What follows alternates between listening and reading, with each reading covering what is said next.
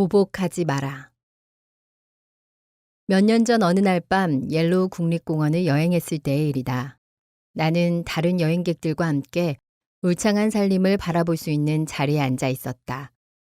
얼마 후 우리가 구경하려던 곰이 갑자기 나타나 숲속을 공포로 몰아넣으며 휘황찬란하게 비치는 등불 앞에 그 모습을 드러냈다. 그러더니 공원 안의 호텔 식당에서 버린 음식 찌꺼기를 먹기 시작했다. 말 위에 앉아있던 산림감독 마틴 데일 소령은 이 광경을 보고 흥분한 여행객들에게 곰에 대한 이야기를 했다. 회색곰은 서부의 다른 어떤 동물보다도 강하며 이와 맞설 수 있는 상대는 들소와 코디악 곰 정도라고 했다. 그런데 그날 밤 나는 회색곰이 숲속에서 나온 한 마리의 짐승에게 먹이를 나누어 주는 광경을 보았다. 그 짐승은 스컹크였다. 곰은 앞발로 한 번만 차면 스컹크를 해치울 수 있다는 것을 알았을 텐데 어째서 가만히 있었을까?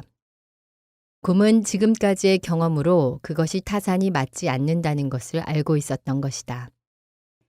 어렸을 때 농장에서 있었던 일인데 네 발로 걷는 스컹크를 잡은 적이 있다. 어른이 되어서는 뉴욕의 보도에서 가끔 두 발로 걷는 스컹크를 본 일이 있는데 어쨌든 나의 경험에 따르면 이것들은 건드리면 손해다. 적을 미워하면 할수록 적에게 힘을 주는 것이 된다. 그것은 바로 수면, 식욕, 혈압, 건강, 그리고 행복에 관한 힘이다. 우리의 적은 그들이 우리를 괴롭히고 있다는 것을 알면 기뻐할 것임에 틀림없다. 말하자면 증오는 조금도 그들에게 상처를 주지 않고 자신에게 밤낮으로 지옥 같은 고통을 맛보이는 것이다. 어떤 이기적인 사람이 억지로 당신의 덕을 보려 들면 그 사람과 상대하지 않는 것이 상책이다. 보복하려 하지 않는 게 좋다. 보복하려 들면 상대방을 해치기보다는 오히려 자기 자신이 손해를 입게 된다. 몽상적인 이상주의자의 헛소리로 생각될지 모르지만 이 말은 밀워키의 경찰본부에서 발간하는 경찰 홍보에 기재되어 있다. 그렇다면 보복은 어떻게 우리를 해치는 것일까? 여러 가지 방법이 있는데 라이프지에 따르면 그것은 건강까지도 해롭게 만들 수 있다고 한다. 고혈압 때문에 고민하는 사람들의 개인적인 특성은 원한이다. 원한이 만성화되면 만성 고혈압과 심장병을 일으키게 된다. 그러므로 그리스도가 원수를 사랑하라고 한 말은 단순히 올바른 도덕만을 가르친 것이 아니라 현대의학까지도 설명한 것이다. 예수는 7번에 70회까지 용서하라고 말하면서 우리에게 고혈압, 심장병, 위궤양, 그리고 다른 많은 병의 예방법에 관해 강론했던 것이다. 최근 내 친구가 심한 심장병에 걸렸는데 의사는 그녀를 침대에 눕히고는 어떤 일이 있더라도 화를 내지 말라고 했다. 의사는 심장이 약한 사람이 화가 나서 발작을 일으키면 죽는 수가 있다는 것을 알고 있었다. 여기서 나는 죽는 수가 있다고 말했지만 실제로 몇 년 전에 워싱턴의 어느 레스토랑 주인은 성내다가 발작 때문에 죽은 일이 있다. 그 실증으로 워싱턴의 스포컨 경찰본부장 제리 스워트하우스의 편지가 있다. 수년 전에 이곳에서 카페를 경영하던 68세의 월리엄 퍼케이버라는 사람은 요리사가 접시로 커피를 마시겠다고 우겨대는 통에 화가 치밀어 결국 사망했다. 그는 너무 화가 난 나머지 권총을 들고 요리사를 쫓아갔지만 총을 손에 든 채 심장마비로 쓰러졌다. 검시관은 분노에 의한 발작으로 심장마비사라고 결론 내렸다. 그리스도가 원수를 사랑하라고 말했을 때 그분은 어떻게 하면 우리의 마음가짐을 좋게 할 수 있느냐에 대해서까지도 설파했던 것이다. 나는 증오와 원한 때문에 주름살투 성의에 구겨진 얼굴을 하고 있는 부인들을 보아왔다. 그런 만큼 어떤 뛰어난 미용술도 관용과 친절 그리고 애정이 담긴 마음이 주는 것만큼 용모를 아름답게 만들어주지는 못할 것이다. 증오는 음식을 맛보는 능력까지도 파괴한다. 성서에는 이렇게 쓰여 있다. 사랑에 깃든 가난한 채소 요리가 증오에 가득 찬 기름진 고기 음식보다 낫다. 우리의 적은 우리가 그들을 증오함으로써 피로해지고 신경쇠약에 걸리고 인상이 험해지고 심장병에 걸려 스스로의 생명까지도 위태롭게 된다는 사실을 알게 되면 얼마나 기뻐할까. 원수를 사랑할 수는 없다 해도 스스로를 사랑할 수는 있지 않은가. 적에게 우리의 행복, 건강, 용모의 지배권을 내주지 않을 만큼 자기 자신을 사랑해야 한다. 셰익스피어는 이렇게 말했다. 너의 원수 때문에 난로불을 뜨겁게 지피지 마라. 오히려 그 불이 너 자신을 태우리라. 그리스도가 원수를 7번에 70배까지 용서하라고 말했을 때는 견실한 사업에 관해서도 설명했던 것이다. 여기에 스웨덴의 웁살라에 사는 조지 로나에게서 받은 편지가 있다. 그녀는 빈의 변호사였는데 제2차 세계대전 중에 스웨덴으로 피난 갔다. 무일푼이었기에 일자리를 구해야만 했다. 그녀는 수개 국어에 능통했으므로 무역회사 통신원으로 취직하려 했다. 그러나 무역회사에서는 전쟁 중이어서 일자리가 없으니 이름만 적어두겠다고 했다. 어느 회사에서도 대답은 마찬가지였다. 그런데 한 회사만은 다음과 같은 회신을 보내왔다. 무역회사에 취직하겠다는 당신의 생각은 잘못입니다. 저희 회사는 통신원이 필요 없습니다만 필요하다 해도 당신을 채용할 생각은 조금도 없습니다. 당신은 우선 스웨덴 말에 능숙하지 않고 편지는 오자투성이었습니다. 조지 로나는 그 편지를 읽고서 무척 화가 났다. 오자투성이라니 무슨 소리야? 이런 무식한 것들. 제놈들의 편지도 오자투성이 아닌가. 조지 로나는 이런 촌놈들을 혼내주려고 펜을 들었다. 그러나 잠깐 그녀는 반성했다. 어쩌면 이 사람 말이 맞을지도 몰라. 내 딴에는 스웨덴 말을 공부한다고 했지만 모국어는 아니니까 미처 몰랐던 실수가 있을지도 모르지. 그렇다면 취직하기 위해 좀 더 스웨덴 말을 배워야 하지 않을까? 이 사람은 내게 좋은 충고를 해주었는지도 모르잖아. 말버릇은 좀 고약하지만 그의 호의는 감사할 만해. 그러니 한번 인사편지라도 보내는 게 어떨까? 그리하여 조지 로나는 썼던 것을 찢어버리고 다음과 같은 편지를 썼다. 통신원이 필요치 않은데도 수고스럽게 회답까지 보내주셔서 감사합니다. 더구나 귀사의 사정을 몰랐던 것에 대해 죄송하게 생각합니다. 귀사에 서신을 올렸던 것은 다름이 아니라 기사가 무역업계에서도 손꼽히는 존재라는 것을 알았기 때문입니다. 저의 편지에 문법상의 잘못이 있었던 데 대해서는 부끄러움을 금할 수 없습니다. 앞으로 더욱 열심히 스웨덴어를 공부하여 2번 다시 그르침이 없도록 하겠습니다. 저의 앞길에 친절하게 지도를 베풀어 주셔서 깊이 감사드립니다.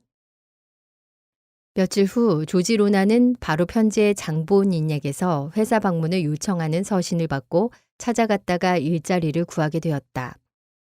그녀는 부드러운 대답이 노여움을 푼다는 것을 알게 되었다. 우리는 원수를 사랑할 만큼 성자는 아닐지 모른다. 그러나 적어도 자신의 건강과 행복을 위해 원수를 용서하고 잊어버리기로 하자. 그것이 바로 현명함이라는 것이다.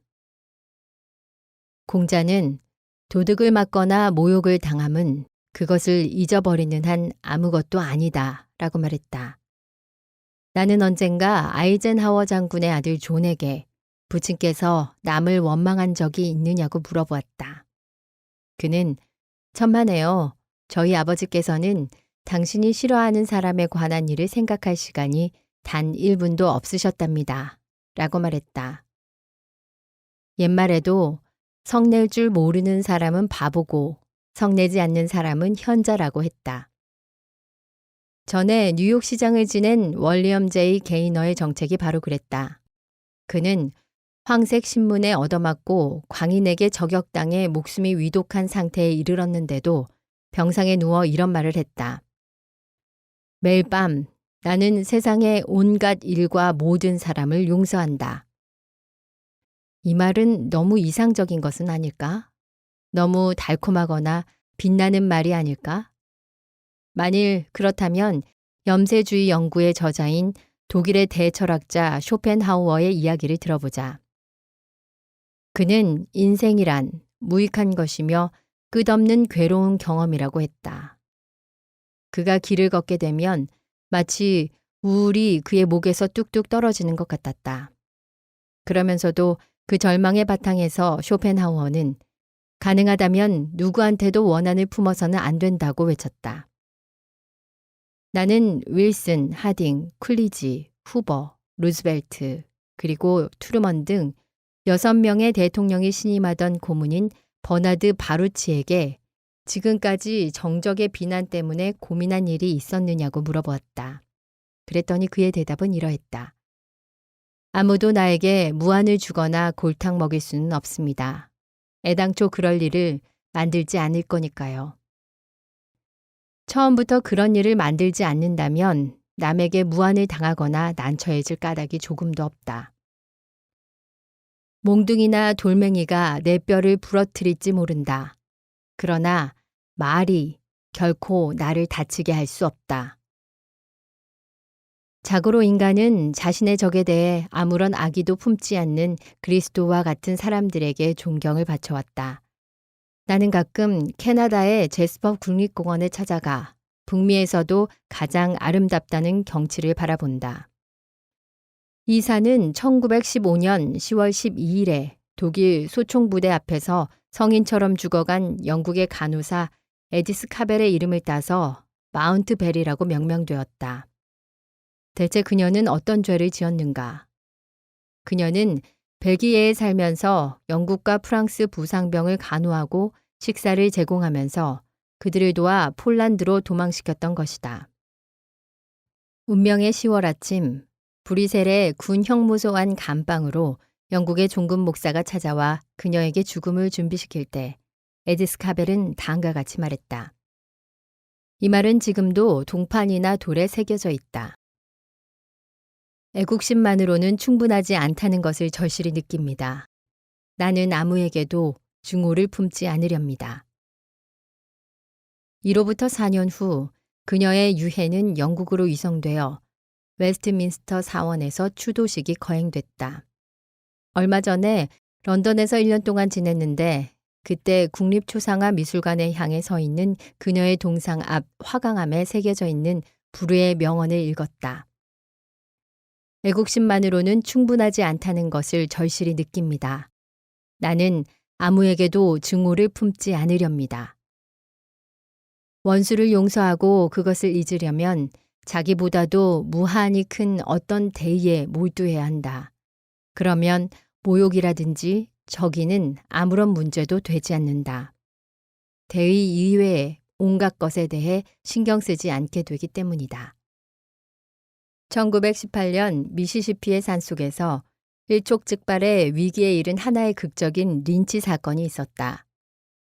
로렌스 존스라는 흑인 목사 겸 교사가 처참한 린치를 당했다. 수년 전 나는 이 로렌스 존스가 창립한 파이니 우드 컨트리 스쿨을 찾아가 학생들에게 강연한 적도 있다. 이 학교는 오늘날 전국적으로 알려져 있지만 내가 말하고자 하는 사건은 훨씬 전의 일이다. 그것은 모든 이의 신경이 날카로워졌던 제1차 세계대전 중에 일어났는데 미시시피 중부지방에는 독일 사람이 흑인을 선동하여 반란을 일으키려 한다는 소문이 자자했다. 지금 린치를 당할 판인 로렌스 존스가 바로 그 장본인이라는 것이었다. 한 무리의 백인들이 그의 교회 앞에 서 있을 때 그가 군중을 향해서 이렇게 외쳤다는 것이었다. 인생은 투쟁이다. 그러므로 이것을 무찌르고 이겨내자면 흑인은 모두 갑옷으로 무장하고 용감하게 싸우지 않으면 안 된다. 싸우자. 갑옷. 이 말만 들어도 충분히 알 수 있다. 흥분한 청년들은 밤의 어둠을 뚫고 달려가 폭도를 동원하여 교회를 포위하고 목사의 목에 밧줄을 걸었다. 그들은 목사를 1마일이나 끌고 가 장작더미 위에 세워놓고 성냥불을 당겨 그를 태워 죽일 준비를 했다. 그런데 이때 누군가가 태워 죽이기 전에 빌어먹을 설교나 시키자. 그러니 짓거려 봐라, 어서 하면서 소리쳤다. 로렌스 존스는 장작더미 위에 서서 목에 밧줄을 감은 채 그의 생명과 신념에 대해 연설했다. 그는 1907년에 아이오와 대학교를 졸업했고 훌륭한 성격, 학업 성적, 음악적 재능으로 동료들과 학교의 명성이 자자했다. 졸업했을 때 어떤 호텔 업자는 그에게 일자리를 제공해 주었지만 그는 사양했다. 어떤 부호는 음악을 더 공부할 수 있도록 학비를 대주겠다고 했지만 이것 역시 거절했다. 왜냐하면 그는 자기만의 꿈을 간직하고 있었기 때문이다. 그는 부커 T 워싱턴의 전기를 읽고 감명받아 자신도 가난에 허덕이고 있는 몽매한 흑인 동포들의 교육을 위해 일생을 바치겠다고 결심했던 것이다. 그래서 남부에서도 가장 벽지인 미시시피주 잭슨에서 남쪽으로 25마일 떨어진 오지로 갔다. 그는 회중시계를 1달러 65센트에 저당 잡히고는 산중의 빈터에다 나무 판자를 책상 대신으로 하여 수업을 시작했다. 로렌스 존스는 죽음을 목전에 둔 채 자기에게 린치를 가하려고 기다리는 격분한 군중에게 그가 무지한 자녀들을 가르쳐 선량한 농부로, 요리사로 혹은 가정부로 만들기에 얼마나 분투했나를 말했다. 또 파이니 우드 컨트리 스쿨을 창립해 보겠다고 애쓰던 자신을 도와준 백인들을 비롯하여 그의 교육 사업을 도우려고 토지, 목재, 가축, 현금 등을 기부해준 수많은 백인들의 공헌에 대해서도 찬사를 아끼지 않았다. 훗날 자신을 노상으로 끌고 다녔을 뿐만 아니라 장작더미 위에 매달아 태워 죽이려 했던 사람들을 증오하지 않느냐는 질문을 받았을 때 그는 대의와 신념으로 머리가 가득 차 있고 자기 자신보다 큰 일에 몰두했기 때문에 남을 미워할 여유 따위는 없었다고 했다. 남과 다툴 여유가 없습니다. 후회할 틈도 없습니다. 아무도 내가 미워하지 않고는 못 베길 정도로 나를 굴복시키지는 못합니다. 폭도들은 로렌스 존스가 자신을 위해서가 아니라 대의를 위해 그런 일을 했다는 감동적인 열변을 듣고 점차 누그러지기 시작했다. 그러자 군중 속에서 전에 남군 병사였던 사람이 이렇게 말하는 것이었다. 저 사람 말이 옳은 것 같네. 저희가 말한 백인들은 모두 내가 아는 이들이야. 저 사람은 훌륭한 일을 하고 있는데 우리가 오해한 걸세. 매달아 죽이기는커녕 도와주어야 마땅하지 않겠는가. 노병은 모자를 벗어 군중에게 돌려서 파이니 우드 컨트리 스쿨의 창립자를 불태워 죽이겠다고 모인 사람들로부터 52달러의 기부금을 거두었다. 남과 다툴 여유가 없습니다. 후회할 틈도 없습니다. 아무도 내가 미워하지 않고는 못 베길 정도로 나를 굴복시키지는 못합니다. 하고 말했던 사람을 위하여. 에픽테투스는 19세기 전에 이미 이렇게 지적했다. 결국 우리는 스스로 뿌린 씨를 거두어 들일 수밖에 없는 존재이며 운명이라는 것은 어떻게 해서든 우리의 악행에 보복한다. 결국 인간은 자신의 비행에 대해서 대가를 치르는데 이 사실을 아는 사람은 누구에게도 화내지 않고 누구에게도 분개하지 않고 누구도 꾸짖지 않고 누구도 탓하지 않으며 아무도 미워하지 않게 될 것이다. 아마도 미국 역사상 링컨만큼 욕먹고 미움받고 배반당한 사람은 없을 것이다.